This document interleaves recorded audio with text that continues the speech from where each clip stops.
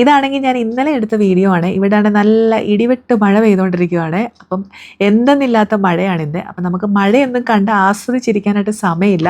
ഇന്നാണെങ്കിൽ ഒരുപാട് പണികളുള്ള ദിവസമായിരുന്നേ. 2 ദിവസമായി ദേറ ഫിഷ് മാർക്കറ്റിൽ നിന്ന് വാങ്ങിച്ച മീനാണിത്. ഇത് ഞാൻ ഫ്രീസറിൽ വെച്ചിരിക്കുമായിരുന്നു. കാരണം ഇത് വെട്ടിയെടുക്കാനുള്ള സമയവും സൗകര്യവും ഒന്നും എനിക്ക് ഒത്തു വന്നില്ല.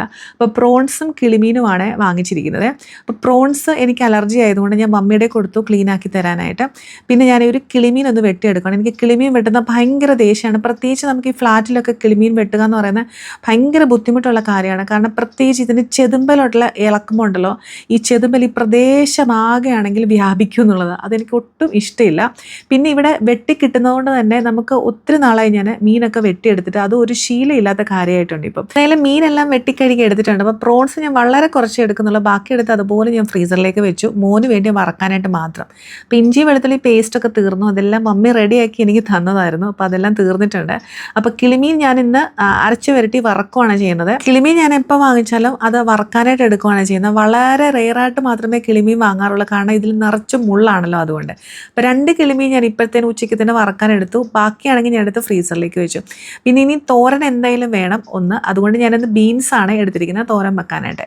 അപ്പം മീൻ വെട്ടുന്ന അതേ കത്രിക വെച്ചിട്ട് അതിൻ്റെ അറ്റവും മൂലയൊക്കെ പെട്ടെന്ന് ഞാൻ കളഞ്ഞിട്ട് തോരനായിട്ട് അരിഞ്ഞെടുത്തു. അപ്പോൾ കടുക് പൊട്ടിച്ച് തോരനും അടുപ്പിൽ വെച്ചു.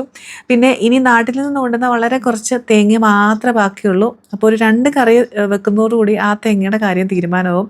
കുഴപ്പമില്ല, ഹസ്ബൻഡ് അടുത്താഴ്ച പിന്നെ നാട്ടിലേക്ക് പോകുന്നുണ്ട്. അപ്പോൾ അടുത്ത തേങ്ങ കൊണ്ടുവന്നോളൂ. അപ്പോൾ തോരൻ ഇവിടെ സെറ്റായിട്ടുണ്ട്. അപ്പോൾ തോരൻ മാറ്റി വെച്ചിട്ട് ഇനിയാണെങ്കിൽ മീൻ വറക്കണം.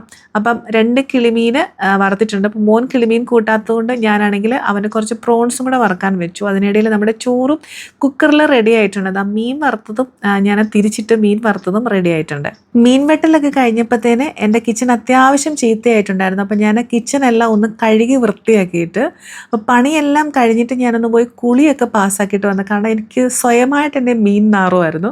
അപ്പോൾ ഇന്ന് കറികളൊന്നും ഇല്ലാത്തതുകൊണ്ട് ഞാൻ പുളി ഇഞ്ചിയൊക്കെ വെച്ചിട്ട് നല്ല അടിപൊളി ഒരു തേങ്ങാ ചമ്മന്തി റെഡി ആക്കിയിട്ടുണ്ട്. പിന്നെ ആണെങ്കിൽ ഈ തേങ്ങാ ചമ്മന്തിയും മീൻ വറുത്തതൊക്കെ നല്ല അടിപൊളി കോമ്പിനേഷൻ, എനിക്ക് ഭയങ്കര ഇഷ്ടമാണ്. അപ്പോൾ ഇന്ന് നല്ല അടിപൊളി കുത്തരി ചോറും പിന്നെ നമ്മുടെ ബീൻസ് തോരനും പിന്നെ കിളിമീൻ വറുത്തതും പിന്നെ ചമ്മന്തിയൊക്കെ കൂട്ടിയാണ് ഒരു പിടി പിടിച്ചത്. നല്ല ടേസ്റ്റ് ഉണ്ടായിരുന്നു. അത്യാവശ്യം നല്ല വിശപ്പും ഉണ്ടായിരുന്നു. ഇന്ന് പണിയൊക്കെ കഴിഞ്ഞപ്പോഴത്തേന് നന്നായിട്ട് വിശന്നിട്ടുണ്ടായിരുന്നു. പൂരളിയൊക്കെ ഉരുട്ടി ഇതുപോലെ അങ്ങ് കഴിച്ചു.